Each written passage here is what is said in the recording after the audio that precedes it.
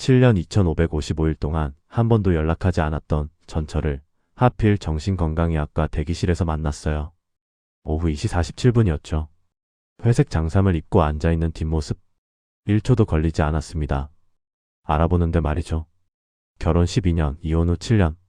총 19년을 함께한 사람이었으니까요. 하지만 그 모습은 제가 아는 사람이 아니었습니다. 앙상하게 마른 어깨, 삭발한 머리, 손에 든 염주. 그런데 말입니다. 제가 정말 충격받은 건 그 사람이 스님이 되었다는 사실이 아니었어요. 바로 그 장소였습니다. 정신건강의학과. 왜 하필 거기에? 그 순간 깨달았습니다. 내가 이 사람을 얼마나 조용히 망쳐놨는지. 저는 강민수 47입니다. 지금은 IT 중견기업에서 이사로 일하고 있어요. 연봉 1억 2천. 33평 아파트. 외제차 한 대. 사람들이 보기엔 성공한 삶이죠. 하지만 7년 전까지만 해도 저는 남편이었습니다. 김유진의 남편. 그 사람은 저보다 2살 어린 45이에요. 결혼 전에는 초등학교 교사였어요. 아이들을 정말 좋아했죠. 웃는 얼굴이 예뻤고 목소리는 늘 따뜻했습니다. 우리에겐 아이가 없었어요. 제가 원하지 않았거든요. 12년 동안 단 한 번도 아이 이야기를 꺼낸 적 없었습니다. 그 사람이 얼마나 아이를 원했는지 모른 척했어요. 겉으로는 평범한 부부였습니다. 하지만 12년 동안 단 하루도 제대로 대화한 날이 없었어요. 결혼은 35에 했습니다. 맞선으로 만났어요. 첫 만남은 강남역 근처 카페였죠. 2012년 3월 17일 토요일 오후 3시. 그 사람은 연한 베이지색 원피스를 입고 왔습니다. 머리는 어깨까지 내려오는 단발이었어요. 화장은 연하게 했고 향수 냄새가 은은했죠. 안녕하세요.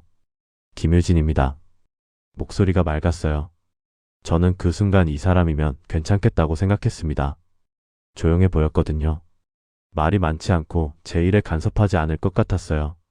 6개월 만에 결혼했습니다. 주변에서는 빠르다고 했지만 저는 상관없었어요. 결혼도 하나의 과업이었으니까요. 35이면 해야 할 때라고 생각했죠. 부모님도 채촉하셨고 회사에서도 기혼자가 승진에 유리했거든요. 그 사람은 착해 보였어요. 순종적이고 조용했죠. 저는 그게 완벽하다고 생각했습니다. 제 커리어에 방해가 되지 않을 거라고 믿었어요. 첫 데이트 때 그 사람이 물었습니다. 취미가 뭐예요? 저는 대답했죠. 일이요. 일하는 게 좋아요. 그 사람은 미소 지었어요. 저는 아이들 가르치는 게 좋아요. 나중에 우리 아이가 생기면 정말 잘 키울 수 있을 것 같아요. 그때 저는 아무 말도 하지 않았습니다. 아이 이야기가 나오는 게 부담스러웠거든요. 지금 생각하면 그때부터 신호가 있었던 겁니다. 하지만 저는 보지 않았어요. 신혼집은 분당 24평 아파트였습니다. 전세 2억 8천. 부모님이 1억을 보태주셨어요. 제 월급은 당시 5천만 원 정도였죠. 첫날 밤 그 사람이 물었습니다. 우리 언제쯤 아이 가질까요? 눈망울이 반짝였어요. 저는 대답했습니다. 일단 좀 있다가. 회사에서 승진 준비 중이거든. 그 사람은 아무 말 없이 고개만 끄덕였어요. 그날 밤 그 사람이 화장실에서 나올 때 눈이 빨갛게 부어 있었습니다. 하지만 저는 모른 척했죠. 피곤해서 그런가 보다 했어요. 바로 그때부터였을지도 모릅니다. 그 사람이 조금씩 멀어지기 시작한 게. 하지만 저는 눈치채지 못했습니다. 아니, 눈치채려 하지 않았어요. 편했으니까요. 아무 문제 없는 척하는 게. 결혼 1년째 되던 해봄이었습니다. 그 사람이 임신 계획을 꺼냈어요. 이제 슬슬 아이를 가져도 되지 않을까요? 조심스럽게 물었습니다. 저는 그때 승진을 앞두고 있었어요. 프로젝트가 3개나 겹쳐 있었죠. 팀장 자리가 눈앞이었습니다. 지금은 좀 어려워. 나중에 이야기하자. 그렇게 말하고 노트북을 켰습니다. 그 사람은 거실에 앉아 한참을 멍하니 있었어요. 창밖을 보면서. 하지만 저는 일에 집중하느라 그 모습을 제대로 보지 못했습니다. 지금 생각하면 그때 그 사람은 이미 포기하기 시작했을지도 모릅니다. 첫 번째 포기였죠. 하지만 그때는 몰랐습니다. 그게 얼마나 큰 상처였는지. 그날 밤 그 사람이 조용히 물었습니다. 당신은 정말 아이를 원하지 않는 거예요? 저는 짜증스럽게 대답했죠. 지금 그 얘기하지 말자. 피곤해. 그 사람은 더 이상 말하지 않았습니다. 그냥 조용히 방으로 들어갔어요. 결혼 2년째 봄이었습니다. 그 사람의 친구들이 하나둘 임신 소식을 전했어요. 그날 밤 그 사람이 조용히 울고 있었습니다. 거실 소파에 앉아서 불도 켜지 않은 채로. 저는 회사에서 늦게 들어왔어요. 오후 11시쯤이었죠. 왜 불도 안 켜? 물었습니다. 그 사람은 대답하지 않았어요. 그냥 눈물만 닦았죠. 저는 짜증이 났습니다. 왜 우는 건데? 무슨 일 있어? 아무것도 아니에요. 그 사람이 말했습니다. 그냥 피곤해서요. 저는 그 말을 믿었습니다. 아니, 믿고 싶었어요. 그게 편했으니까요. 샤워하고 나와서 그 사람을 봤을 때 여전히 거실에 앉아 있었습니다. 손에 핸드폰을 들고 있었어요. 친구들의 임신 소식을 보고 있었죠. 저는 그냥 방으로 들어갔습니다. 귀찮았으니까요. 다음날 아침 그 사람의 눈이 퉁퉁 부어 있었습니다. 하지만 저는 아무 말도 하지 않았어요. 모른 척했죠. 결혼 3년째. 그 사람이 학교를 그만두겠다고 했어요. 아이들을 가르치는 게 너무 힘들다고 했죠. 저는 물었습니다. 그럼 뭐 할 건데? 그 사람은 대답했어요. 잘 모르겠어요. 그냥 쉬고 싶어요. 조금만. 저는 한숨을 쉬었습니다. 우리 집안에 백수는 없었거든요. 쉬는 건 나약한 거라고 배웠어요. 그래도 뭐라도 해야지. 그렇게 말하고 회사에 갔습니다. 그날 밤 집에 돌아왔을 때 그 사람은 소파에 앉아 울고 있었어요. 무슨 일이야? 물었지만 대답은 없었습니다. 그냥 고개만 저었죠. 저는 샤워하러 들어갔습니다. 피곤했거든요. 다음날 그 사람은 학교 사직서를 냈습니다. 저는 화가 났어요. 상의도 없이 왜 그래? 다시 생각해봐. 하지만 그 사람은 고개를 저었습니다. 이미 냈어요. 결정했어요. 그날부터 그 사람은 집에만 있었습니다. 매일 청소하고 요리하고 빨래하고. 그게 전부였죠. 저는 그 사람이 점점 더 조용해지는 걸 느꼈습니다. 하지만 신경 쓰지 않았어요. 편했으니까요. 결혼 4년째. 그 사람은 하루 종일 집에 있었어요. 청소하고 요리하고 빨래하고. 그게 전부였죠. 저는 아침 7시에 나가서 밤 10시에 들어왔습니다. 주말에도 골프 약속이 있었어요. 거래처 사람들과의 모임도 많았죠. 그 사람은 늘 혼자였습니다. 가끔 친구들을 만나러 나갔어요. 하지만 점점 그 횟수도 줄어들었죠. 친구들은 아이 이야기만 했거든요. 그 사람에게는 아이가 없었습니다. 저 때문에. 돌아올 때마다 그 사람의 얼굴은 더 어두워졌어요. 하지만 저는 신경 쓰지 않았습니다. 바빴으니까요. 아니, 신경 쓰고 싶지 않았어요. 어느 날 그 사람이 조용히 말했습니다. 우리 강아지라도 키울까요? 너무 심심해서요. 저는 단호하게 거절했습니다. 안 돼. 집에 털 날리는 거 싫어. 냄새도 나고. 그 사람은 아무 말도 하지 않았습니다. 그냥 고개만 끄덕였어요. 지금 생각하면 그때 그 사람은 얼마나 외로웠을까요? 강아지라도 키우고 싶었던 거였겠죠. 말을 걸 대상이 필요했던 거예요. 하지만 저는 그것조차 거절했습니다. 결혼 5년째. 저는 차장으로 승진했습니다. 회식이 많아졌어요. 집에 들어가는 시간도 늦어졌죠. 새벽 1시 2시가 다반사였습니다. 그 사람은 늘 거실 불을 켜놓고 기다렸어요. 밥 먹었어요? 물으면 저는 대답했습니다. 회사에서 먹었어. 먼저 자. 그리고 방으로 들어갔죠. 그 사람은 혼자 거실에 남아 불을 끄고 주방을 정리했을 겁니다. 매일 밤. 혼자서. 하지만 저는 몰랐습니다. 그 사람이 얼마나 외로웠는지, 얼마나 기다렸는지, 얼마나 말을 걸고 싶어 했는지. 어느 날 새벽 2시에 집에 들어갔습니다. 그 사람이 소파에서 잠들어 있었어요. 불을 켜놓은 채로. 손에는 핸드폰을 쥐고 있었죠. 화면을 보니 제 전화번호였습니다. 통화 기록이 있었어요. 받지 않음. 5통. 그 사람이 전화했던 겁니다. 5번이나. 하지만 저는 회식 중이었고 시끄러워서 전화를 받지 않았죠. 그 사람을 깨웠습니다.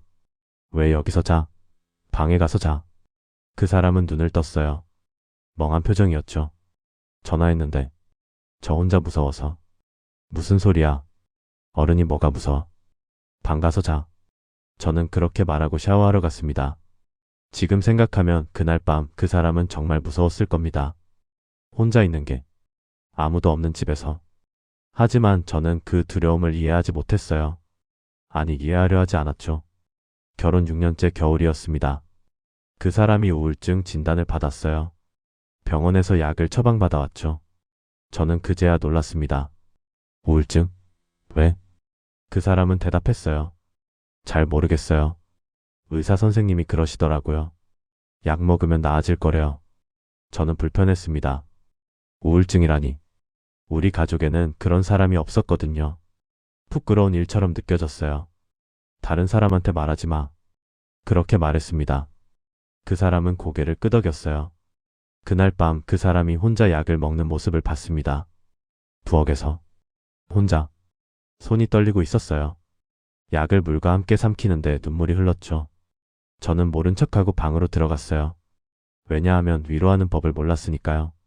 아니, 위로하고 싶지 않았어요. 귀찮았으니까요. 며칠 후 그 사람의 어머니에게서 전화가 왔습니다. 유진이가 요즘 어때요? 걱정이 돼서요. 저는 거짓말을 했습니다. 잘 지내요. 걱정 마세요. 전화를 끊고 나서 그 사람을 봤어요. 주방에서 설거지를 하고 있었죠. 등이 축 처져 있었습니다. 어깨가 떨리고 있었어요. 울고 있었던 겁니다. 설거지를 하면서. 하지만 저는 아무 말도 하지 않았습니다. 그냥 TV를 켰어요. 결혼 7년째 되던 해였습니다. 그 사람의 어머니가 돌아가셨어요. 갑작스러운 심근경색이었죠. 장례식장에서 그 사람은 하루 종일 울었습니다. 제대로 서 있지도 못할 정도로. 저는 옆에서 푸축했어요. 하지만 위로의 말은 하지 못했습니다. 뭐라고 해야 할지 몰랐거든요. 장례를 치르고 집으로 돌아왔을 때 그 사람이 말했습니다. 엄마가 그러셨어요. 나한테 아이가 있었으면 좋겠다고. 손주를 보고 싶다고. 목소리가 떨렸어요. 저는 대답했습니다. 지금 그 얘기를 왜 해? 타이밍을 좀 봐. 그 사람은 아무 말도 하지 않았습니다. 그냥 방으로 들어가 문을 닫았죠. 그날 밤 그 사람이 베개를 안고 우는 소리가 들렸습니다. 하지만 저는 문을 열지 않았어요. 어떻게 위로해야 할지 몰랐으니까요. 아니, 위로하고 싶지 않았어요. 귀찮았으니까요. 다음날 아침 그 사람의 눈이 퉁퉁 부어 있었습니다. 얼굴은 창백했고 입술은 바싹 말라 있었어요. 밤새 울었던 겁니다. 혼자서. 저는 그냥 출근했습니다. 아무 말도 하지 않고. 결혼 8년째. 그 사람이 약을 끊었어요. 우울증 약. 나아졌어요. 이제 괜찮아요. 그렇게 말했죠. 하지만 표정은 여전히 어두웠습니다. 저는 그냥 그러냐고만 했어요. 확인하지 않았습니다. 정말 괜찮은지, 약을 끊어도 되는 건지. 저는 그냥 편한 대로 믿었어요. 그게 편했으니까요. 사실 그 사람은 나아진 게 아니었습니다. 더 깊이 침잠하고 있었던 거죠. 약을 먹어도 소용없다고 생각한 겁니다. 희망이 없다고 포기한 거예요. 하지만 저는 몰랐습니다. 아니, 날려고 하지 않았어요. 결혼 9년째. 그 사람이 다시 학교에 나가기 시작했어요. 기간제 교사로요. 아이들이 보고 싶었대요. 저는 찬성했습니다. 집에만 있는 것보다 나았으니까요. 그런데 이상했습니다. 그 사람이 점점 더 밝아졌어요. 학교 이야기를 하면서 웃었고 아이들 사진을 보여주면서 행복해했죠. 저는 그게 좋았습니다. 더 이상 어두운 표정으로 혼자 앉아있지 않았으니까요. 하지만 저는 몰랐습니다. 그 밝음이 저와 함께 있을 때가 아니라 학교에서만 나타난다는 걸. 집에 돌아오면 그 사람은 다시 조용해졌습니다. 저와 대화할 때는 웃지 않았어요. 하지만 저는 신경 쓰지 않았습니다. 편했으니까요. 어느 날 그 사람이 말했습니다.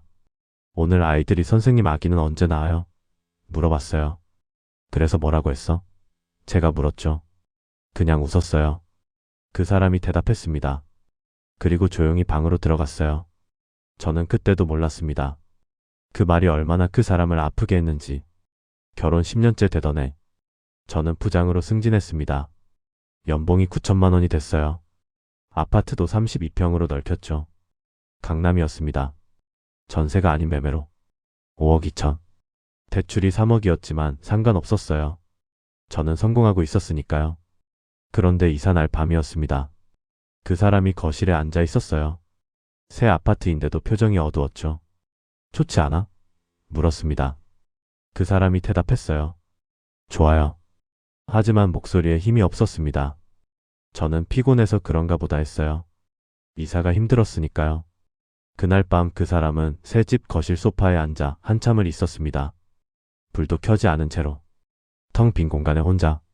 저는 방에서 잠들어 있었죠. 다음날 아침 그 사람을 봤을 때 눈이 빨갛게 충혈되어 있었습니다. 밤새 잠을 못 잔 거였어요. 새 집이 좋은 게 아니라 더 외로웠던 겁니다. 넓은 공간이 그 사람을 더 작게 만들었죠. 하지만 저는 몰랐습니다. 결혼 11년째. 그 사람이 물었습니다. 당신은 나를 사랑했던 적이 있나요? 갑작스러운 질문이었어요. 저는 당황했습니다. 무슨 소리야 갑자기. 결혼했잖아. 그렇게 대답했죠. 그 사람이 다시 물었어요. 그게 사랑이었나요? 저는 화가 났습니다. 지금 뭐 하자는 거야? 싸우자는 거야? 목소리가 높아졌어요. 그 사람은 고개를 저었습니다. 아니에요. 그냥 궁금했어요. 그리고 방으로 들어갔죠. 저는 그날 밤 그 질문에 대해 생각해 봤습니다. 사랑이었을까? 잘 모르겠더군요. 사랑이 뭔지 사실 저는 몰랐으니까요. 편한 동반자, 같이 사는 사람, 그 정도였던 것 같아요. 사랑은 아니었습니다. 결혼 12년째 되던 해봄이었습니다. 그 사람이 저를 불렀어요. 이야기 좀 할 수 있을까요? 진지한 목소리였습니다. 저는 앉았어요. 그 사람이 말했습니다. 이제 그만하고 싶어요. 무엇을? 물었죠. 그 사람이 대답했어요. 결혼이요. 심장이 쿵 내려앉았습니다. 하지만 동시에 이상한 안도감이 들었어요. 왜? 물었습니다. 그 사람은 고개를 저었어요. 그냥 더 이상은 못하겠어요. 저는 이유를 묻지 않았습니다. 묻고 싶지 않았거든요. 대답을 들을 자신이 없었으니까요. 혹시 다른 사람 있어? 그렇게 물었습니다. 그 사람은 허탈하게 웃었어요. 없어요. 그냥 혼자 있고 싶어요. 12년 동안 당신 옆에 있었지만 늘 혼자였어요. 이제 정말 혼자 있고 싶어요. 그 말에 저는 아무 대답도 하지 못했습니다. 이혼은 조용히 진행됐습니다. 싸움도 없었고 고성도 없었어요. 재산은 반반으로 나눴습니다. 아파트는 제가 가지고 그 사람에게는 2억 6천을 줬어요. 그 사람은 아무 말 없이 받았습니다. 위자료도 요구하지 않았죠. 그냥 조용히 서류에 도장을 찍었습니다. 마지막 날 법원 앞에서 그 사람이 말했어요. 그동안 고마웠어요. 잘 지내세요? 저는 대답했습니다. 너도. 그게 마지막이었습니다. 그 사람과 나눈 마지막 대화. 그 사람은 돌아서서 걸어갔어요. 뒤돌아보지 않았습니다. 저도 그랬죠. 우리는 그렇게 끝났습니다. 12년의 결혼이. 이혼 후 1년.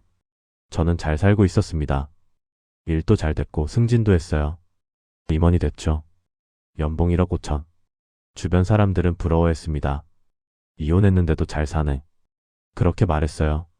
저도 그렇게 생각했습니다. 나는 잘 살고 있다고. 가끔 그 사람 생각이 날 때도 있었어요. 하지만 금방 잊었죠. 바쁘게 살았으니까요. 그 사람도 어딘가에서 잘 살고 있겠지. 그렇게 생각했습니다. 무책임하게. 이혼 후 2년. 그 사람의 소식을 들었어요. 우연히 공통 지인을 만났거든요. 유진이 어떻게 지내? 물었습니다. 친구가 말했어요. 잘 모르겠어. 연락이 안 돼. 전화도 안 받고. 이상하다더라.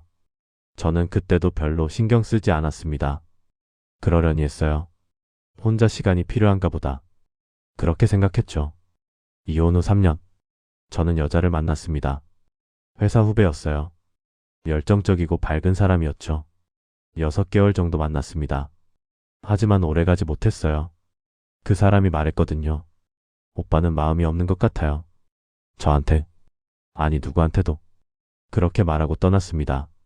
저는 이해하지 못했어요. 충분히 잘해줬는데. 선물도 사줬고 좋은 곳에도 데려갔는데. 뭐가 부족했을까? 하지만 답은 나오지 않았습니다. 그 후로도 몇 명을 더 만났어요. 하지만 늘 같은 말을 들었습니다. 당신은 마음이 없는 것 같아요. 이혼 후 5년. 저는 혼자 사는 게 편해졌습니다. 누구한테 신경 쓸 필요도 없고 눈치 볼 일도 없었죠. 퇴근하면 혼자 맥주 마시고 주말엔 골프 치러 다녔어요. 친구들은 재혼 생각 없냐고 물었습니다. 저는 고개를 저었어요. 굳이? 혼자가 편한데. 그렇게 대답했죠. 사실이었습니다. 정말 편했으니까요. 아무도 제 삶에 간섭하지 않았으니까요. 하지만 가끔 밤에 잠들기 전 이상한 공허함이 느껴졌어요. 뭔가 빠진 것 같은. 하지만 그게 뭔지는 몰랐습니다. 이혼 후 7년. 그날은 정말 평범한 날이었습니다. 토요일 오후였어요. 특별한 약속도 없었고 할 일도 없었죠. 그냥 드라이브를 하고 있었습니다. 강남에서 출발해 북한산 쪽으로 올라가는 길이었어요. 날씨가 좋았거든요. 봄바람이 기분 좋게 불었죠. 그러다 문득 커피가 마시고 싶어졌습니다. 내비게이션을 켰어요. 근처 카페를 검색했죠. 그리고 하나가 나왔습니다. 조용한 곳 같았어요. 별 생각 없이 그곳으로 갔습니다. 주차장에 차를 세웠습니다. 건물을 보니 조금 특이했어요. 절 같은 느낌이었죠. 한옥 스타일의 건물이었습니다. 들어가 보니 템플스테이 센터였더군요. 카페도 함께 운영하고 있었어요. 깔끔하고 조용했습니다. 마음에 들었죠. 커피를 주문하고 자리에 앉았습니다. 창밖을 보니 산이 보였어요. 평화로웠습니다. 바로 그때였습니다. 폭도 끝에서 누군가가 걸어 나왔어요. 회색 장삼을 입은 사람. 스님이었습니다. 걸음걸이가 묘하게 익숙했어요. 심장이 빠르게 뛰기 시작했습니다. 설마. 아니야. 말도 안 돼. 그렇게 생각했죠. 하지만 가까워질수록 부정할 수 없었습니다. 그 사람이 고개를 들었습니다. 눈이 마주쳤어요. 온몸이 얼어붙었습니다. 김유진. 제 전처였습니다. 하지만 이미 그 사람이 아니었어요. 삭발한 머리. 장삼. 염주. 스님이 되어 있었습니다.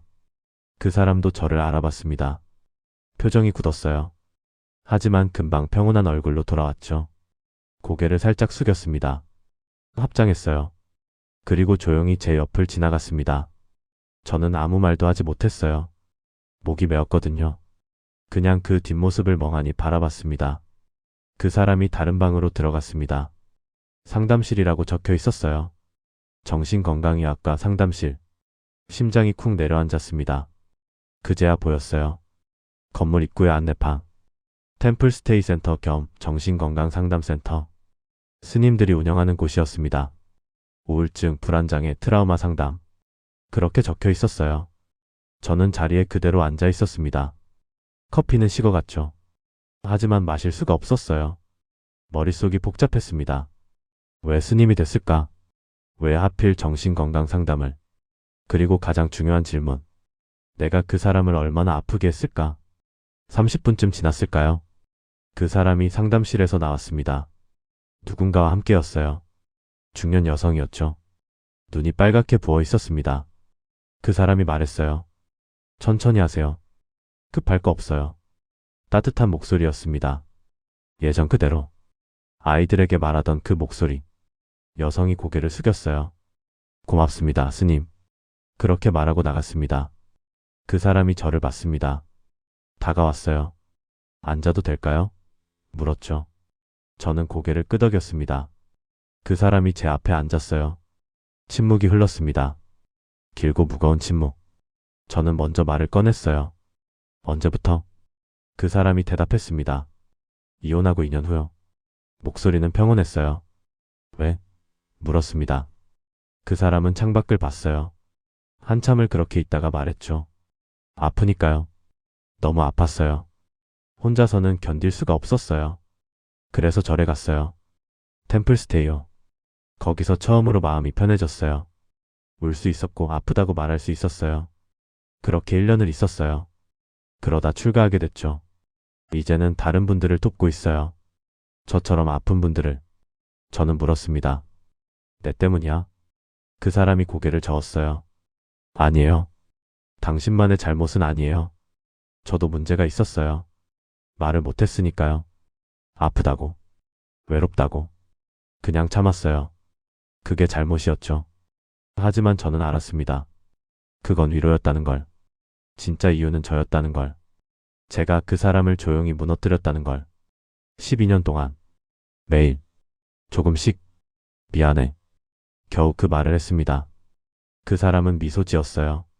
괜찮아요. 이제는. 지금은 평온해요. 사람들을 돕고 있고 의미 있는 삶을 살고 있어요. 당신도 잘 지내시죠? 저는 대답하지 못했어요. 잘 지내냐고요? 겉으로는 그래 보이지만 안은 텅 비어 있었거든요. 아무도 사랑하지 못했고 아무도 사랑받지 못했어요. 하지만 그 말을 할 수 없었습니다. 그 사람이 일어났어요. 가봐야 해요. 다음 상담이 있어서요. 잘 지내세요. 그렇게 말하고 합장했습니다. 저는 그 뒷모습을 또 멍하니 바라봤어요. 이번엔 정말 마지막이었습니다. 집으로 돌아오는 길이었습니다. 차 안에서 눈물이 났어요. 처음이었습니다. 어른이 되고 나서 우는 게 왜 우는지도 잘 몰랐어요. 그냥 눈물이 났습니다. 멈출 수가 없었죠. 고속도로 갓길에 차를 세웠습니다. 한참을 울었어요. 그날 밤 저는 처음으로 생각해봤습니다. 내가 과연 누군가를 사랑한 적이 있었나? 누군가에게 진심으로 다가간 적이 있었나? 답은 없었습니다. 저는 늘 제 일만 생각했으니까요. 제 성공만 중요했으니까요. 사람을 도구처럼 생각했어요. 아내도 부하 직원도 친구도 모두 제 성공을 위한 수단이었죠. 결혼 12년 동안 그 사람이 얼마나 외로웠을까요? 얼마나 아파했을까요? 옆에 사람이 있는데도 혼자였을 그 시간들. 말하고 싶었는데 들어주는 사람이 없었던 순간들.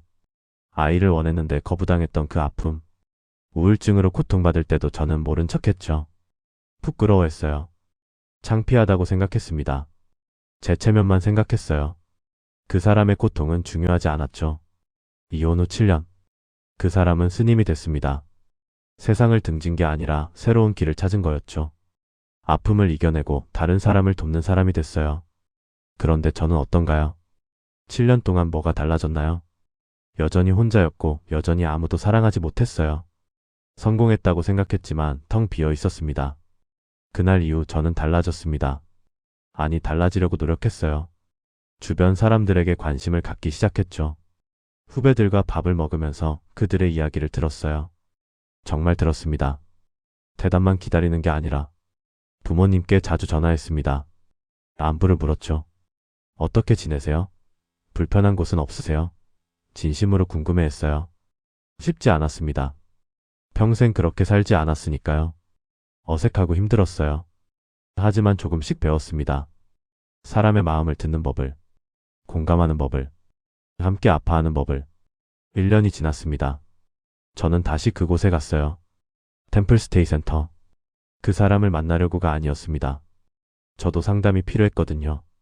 제 마음을 들여다보고 싶었어요. 왜 이렇게 텅 비어 있는지, 왜 사랑할 수 없는지. 그곳에는 다른 스님이 계셨습니다. 그 사람은 보이지 않았어요. 아마 다른 곳에 계신 것 같았죠. 저는 상담을 받았습니다. 제 이야기를 했어요. 결혼 이야기, 이혼 이야기, 그리고 후회 이야기. 스님이 말씀하셨습니다. 후회는 과거를 바꾸지 못해요. 하지만 미래는 바꿀 수 있죠. 지금부터라도 다르게 사세요. 진심으로. 사람을 도구가 아닌 사람으로 보세요. 성공보다 관계가 중요합니다. 저는 그 말을 가슴에 새겼습니다. 그리고 천천히 변하기 시작했어요. 회사에서도 달라졌습니다. 부하 직원들에게 관심을 가졌어요. 숫자가 아닌 사람으로 봤죠. 그들의 고민을 들어주고 함께 해결책을 찾았습니다. 놀랍게도 팀 분위기가 좋아졌어요. 성과도 더 잘 나왔죠. 지금은 3년이 흘렀습니다. 저는 여전히 혼자 살고 있어요. 하지만 예전과는 달라요. 외롭지 않습니다. 주변에 사람들이 있거든요. 진심으로 대하는 사람들. 그들도 저를 진심으로 대해줘요. 함께 밥을 먹고 이야기하고 웃습니다. 진짜 웃음이에요. 억지가 아니라. 가끔 그 사람 생각을 합니다. 잘 지내고 있을까? 여전히 사람들을 돕고 있을까? 행복할까? 그렇길 바랍니다. 진심으로. 그 사람은 제게 마지막 선물을 줬어요. 변할 수 있는 기회를. 너무 늦게 깨달았지만 그래도 깨달았습니다. 구독자 여러분. 사람은 언제든 변할 수 있어요. 늦었다고 생각할 때가 가장 빠른 때입니다. 저도 47에 처음 배웠으니까요. 사랑하는 법을, 진심으로 대하는 법을. 후회는 누구에게나 있습니다. 하지만 그 후회를 평생 안고만 살 필요는 없어요. 지금부터라도 다르게 사세요. 진심으로 살아가세요. 사람을 사랑하세요. 진심으로 관심을 가지세요. 그게 가장 좋은 사과입니다. 그게 가장 의미 있는 삶입니다. 오늘 이야기가 작은 위로가 되셨길 바랍니다. 좋아요와 구독 부탁드립니다. 감사합니다.